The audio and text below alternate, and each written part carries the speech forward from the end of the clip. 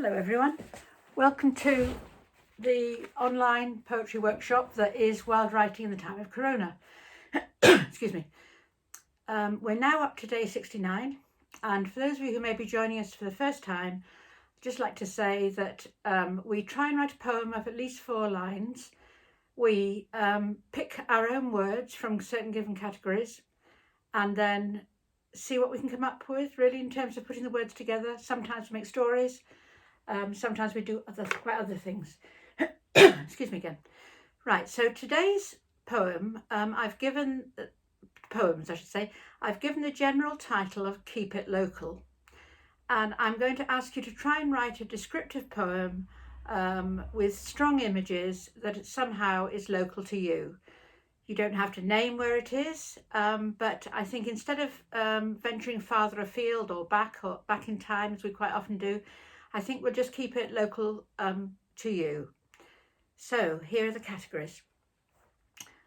1 is a meeting. It's a meeting. 2 is a colour. And with colour I would be as precise as you can. The 3rd is a meal. A meal. The 4th is a photograph. The 5th is something to sit on. And the 6th is a jewel. I'll just run through those again.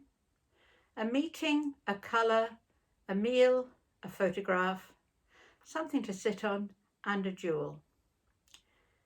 And my suggestion is to you, whatever form you decide to write in, or you might decide not to write in any particular form, I would like you to have a go at being descriptive. To try to get your reader to really be able to visualize the place or the things that you're writing about. And if you can, as I say, keep it local. I think that's the theme of the day. So I would make your word choices quite quickly. I usually write them in a list. I look at them for a little while. I try and think where I'm going to start, and then generally I just get on with it. And as you can see, sometimes people find this helpful, in my writing there's a lot of crossings out, there's rewritings of lines, so I think it's very much about the process and listening to yourself as you write. So you just need something to write on and with, which I have to hand and have been using, and all you need is for me to say start.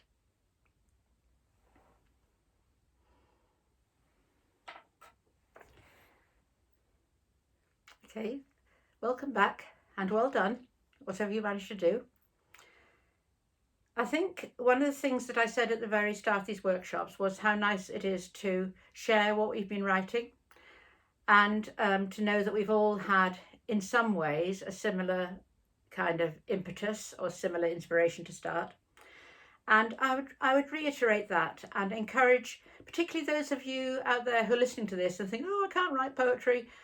Be assured you can. It's like people saying they can't sing, and most people can. I think everybody can. So even if it's just a matter of almost writing a list, you will be surprised what you can do. So I would encourage you to do it, and also, of course, to share.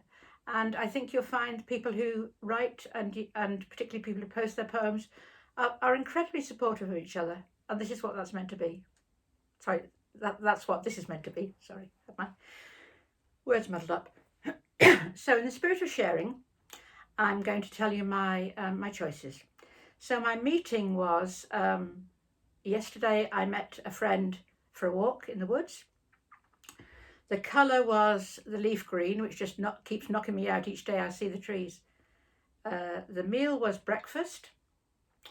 The photograph was a photograph I saw of a lady whose name was Columba, on a graveyard in Bishop Auckland. It's quite unusual to see photographs here. I'm sure other graveyards have them, but the lady looked like she might have been a Red Indian or maybe an Italian grandmother. Anyway, she looked very beautiful but very faded. The something to sit on was the grass, and the jewel I chose the way that the sunlight hits the water, because yesterday I had a lovely walk along by the river with my friend after we came out of the woods, and the sunlight on the water was just like, it was like jewels. So that's why I chose it. And I've chosen to reflect the Keep It Local in the title. So I have called it Bishop Auckland Walk. Here we go. Like liquid topazes or opals over mossy boulders, the shallow, gornless trills, catching shafts of kingfisher wings, white sunlight, bold green beech leaf shields, rustling. Spring in the earth is throwing new life up in every single shoot. Find the light, unfurl, be bright. Grass spears tickle the feet. Garlic crowns rise pungently. Gaudy daffodils and bluebells have had their days and silently fade into the massing leaves. Settling on a tranquil dell close to the ancient river, lichened old gravestones keep me and the constant blackbirds company. The shoots of keep me and the constant blackbirds company.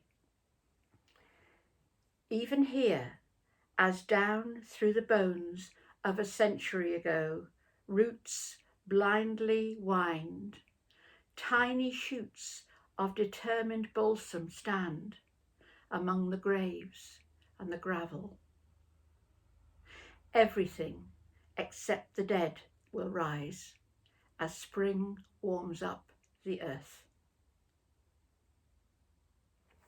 That was my attempt at a descriptive poem of somewhere local.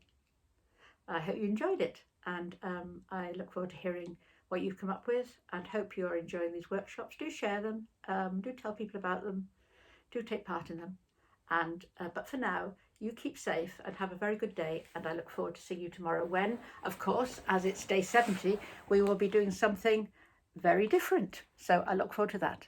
Bye bye for now.